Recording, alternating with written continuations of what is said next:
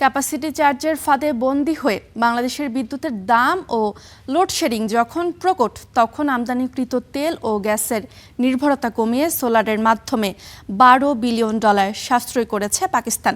সকালে সিপিডির সংলাপে দেশটির এই অবিশ্বাস্য জ্বালানি বিপ্লব ও বাংলাদেশের নীতিগত সংকটের নানা দিক উঠে আসে। এ সময় জাতীয় সংসদের চিফ হুইপ জানিয়েছেন, প্রধানমন্ত্রীর চীন সফরে সৌর বিদ্যুৎ খাতে হতে পারে বড় দ্বিপাক্ষিক চুক্তি। গ্রিডের আকাশচুম্বী দাম আর লোডশেডিংয়ের মুখে কোনো সরকারি উদ্যোগ ছাড়াই চীন থেকে সস্তা প্যানেল এনে সৌরশক্তিতে বিপ্লব করেছে পাকিস্তানের সাধারণ মানুষ। মাত্র 2 বছরে 34 গিগাওয়াট প্যানেল আমদানি করে দেশটি কয়লাভিত্তিক বিদ্যুৎ 78 থেকে 11% নামিয়েছে এবং সাশ্রয় করেছে $12 বিলিয়ন বেশি বৈদেশিক মুদ্রা।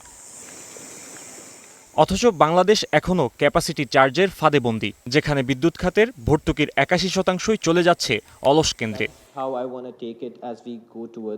সিপিডির সংলাপে উঠে আসে, পাকিস্তান এই বিপ্লব নিজস্ব অর্থায়নে করলেও বাংলাদেশের রয়েছে নীতিগত বাধা।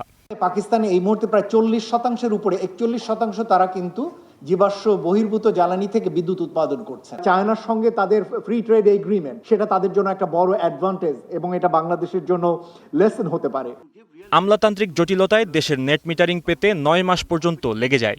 ইনভার্টার ও ব্যাটারিতে শুল্ক তুলে দিলে সোলার সিস্টেমের মোট খরচ 40 থেকে 50% পর্যন্ত কমে যেতে পারে। তাই এই খাতে দ্রুত শূন্য শুল্ক সুবিধা চালুর পরামর্শ সংশ্লিষ্টদের।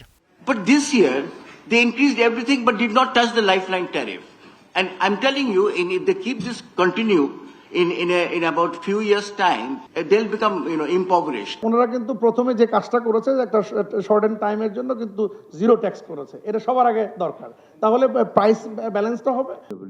এমন শঙ্কার মাঝে জাতীয় সংসদের চিফ হুইপ জানান, প্রধানমন্ত্রীর চীন সফরে সৌরবিদ্যুৎ খাতে বড় চুক্তি হতে যাচ্ছে এবং সব সেচ প্রকল্প সোলারের আওতায় আনতে কাজ চলছে। বর্তমানে আমাদের প্রধানমন্ত্রী চায়না আছেন এবং আপনারা দেখবেন এখনো ডিসিশন হয়নি, আপনারা দেখবেন বড় চুক্তি হবে আমাদের এই সোলার ব্যাপারটা নিয়ে ইনশাআল্লাহ। একটা ওয়েলফেয়ার স্টেট বলতে তো আমরা করতে পারবো না, অল্প সময়ের মধ্যে 3 মাসে করবো না বা 3 বছরেও সম্ভব না, বাট আমরা সেটা শুরু করতে চাই।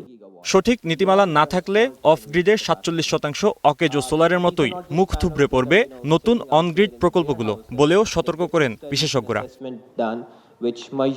Fahim Yusuf, star news, Dhaka.